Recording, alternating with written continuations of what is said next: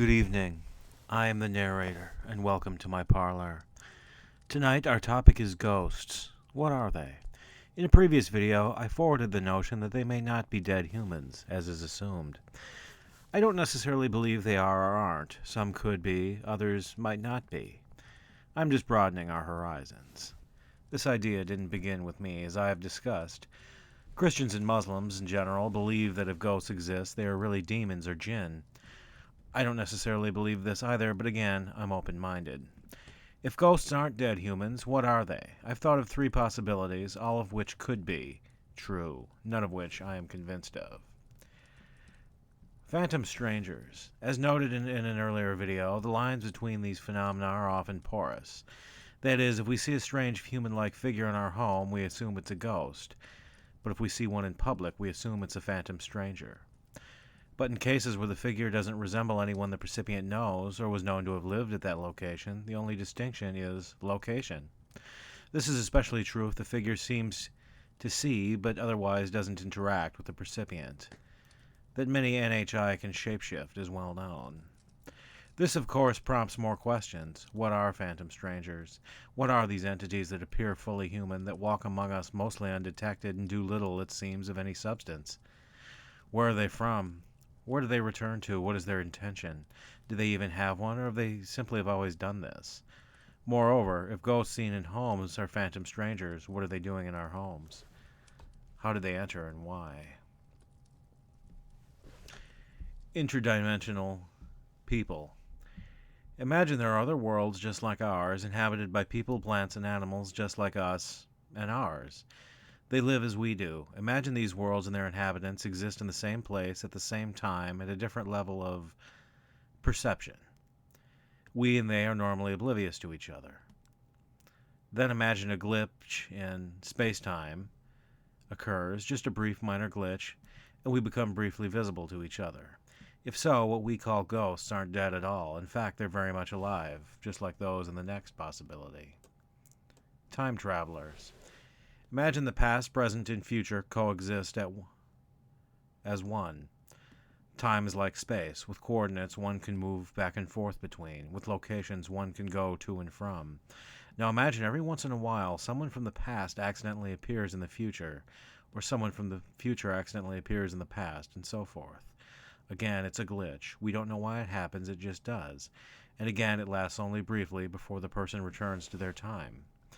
The implications of these two possibilities are interesting.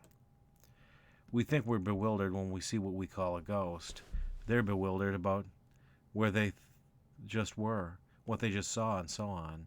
I wonder if their realm has the wealth of media on these topics ours does, and if we are the they discuss. Let us discuss one thing that doesn't make sense in the G theory, the term I just made up for the belief that these figures are ghosts. Clothes. Ghosts are always seen in human clothes, i.e. hats, shirts, pants, and so forth. That is, they're not seen in spacesuits like UFOnauts. Often these clothes are from past decades. Thus, many researchers assume that ghosts must have lived during the times represented. But why would clothes have ghosts?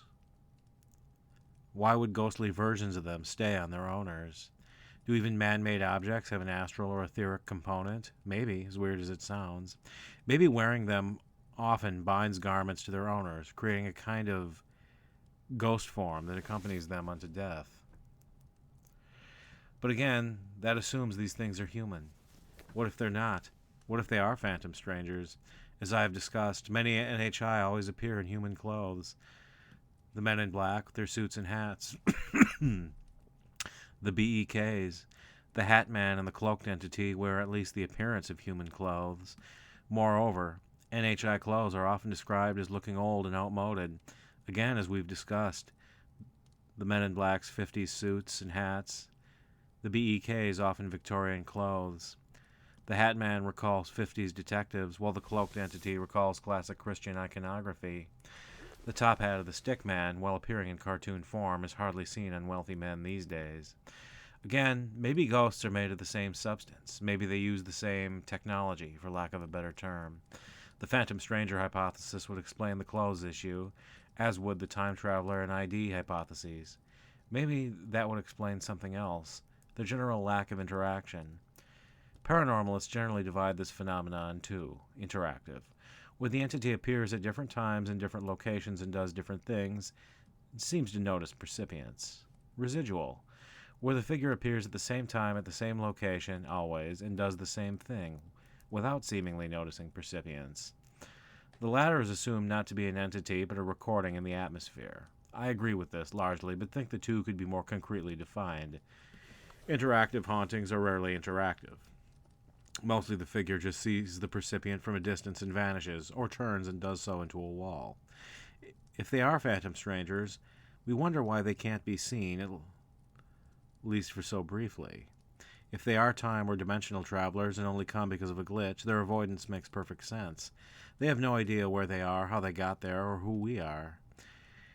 It separates ghosts from other entities. They really don't interact with percipients. Whereas others seem to make a point of it, they do the opposite. Many don't even leer at us from our bedsides. That would be an attempt to scare us, and despite the common expression, they seem just as indifferent. As always, if listeners have any insights or experiences they would like to share, feel free to email me at tparish1@new.rr.com.